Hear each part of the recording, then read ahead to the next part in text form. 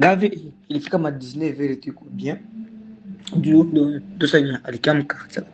Sasa alifika kwao akapita sichamba. Akapita sasa kwanza niende gisi kwa sikia hii hali amake milango hivi haiko bien.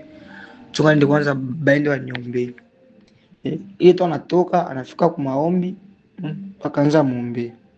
Pale aliamka akapita na bajirika. Ikabadilika ndo akaona hapana, faut tumtoshe maombi tumpeleke hospitali.